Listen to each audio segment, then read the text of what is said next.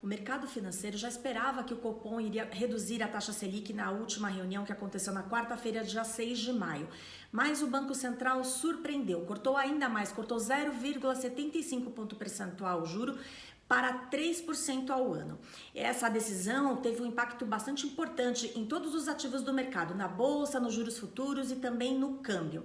Isso porque, além de levar a Selic para um patamar tão baixo, inédito no país, o Copom também deixou as portas abertas para um novo corte, possivelmente na mesma magnitude desse praticado nessa semana. O mercado se surpreendeu com essa decisão do Copom porque houve claramente uma mudança de discurso em relação à reunião anterior, quando o Banco Central havia adotado um discurso de muita cautela.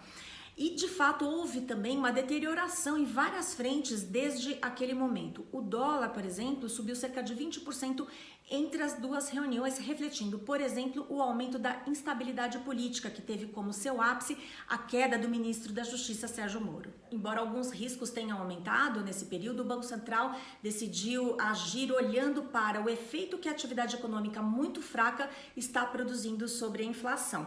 E, de fato, segundo o IBGE, em abril, o IPCA, que é o índice oficial de inflação do país, teve uma queda de 0,31%. Isso é a inflação mais baixa, já medida no mês de abril, de toda a série histórica, que começou em 1980. E esse resultado sugere que a inflação pode, inclusive, escorregar para baixo do piso da meta de inflação desse ano, que é de 2,5%. Mas a contrapartida desse juro tão baixo é a reação do dólar. O câmbio se desvaloriza mais toda vez que o juro cai. E, de fato, o dólar comercial aqui no Brasil subiu bastante no dia seguinte à decisão do Copom e chegou a superar os R$ 5,85. Nesse dia, o Banco Central chegou a fazer 2 leilões de swap cambial para tentar amortecer o movimento de alta do dólar. Mas analistas são unânimes em dizer que a tendência do câmbio no Brasil é de mais desvalorização, ainda mais porque o Banco Central já sinalizou que deve fazer mais um corte da taxa Selic. Já para a Bolsa, a queda de juros é sempre uma boa notícia. Mas como ninguém acredita que reduzir a Selic vai ser suficiente para impulsionar a economia, então a reação das ações tem sido bastante limitada. Muitos analistas estão prevendo uma recessão de cerca de 5% esse ano e juros mais baixos dificilmente vão conseguir fazer frente a esse quadro tão negativo. E no fim da semana, depois de muito sobe e desce, o Ibovespa acabou se acomodando ao redor dos 80 mil pontos, que é um patamar que o índice tem tido dificuldade de superar.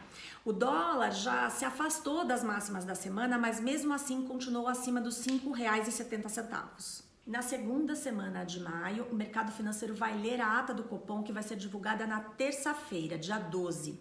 Nesse documento, o Banco Central pode trazer mais detalhes sobre o cenário que está traçando para a atividade e para a inflação.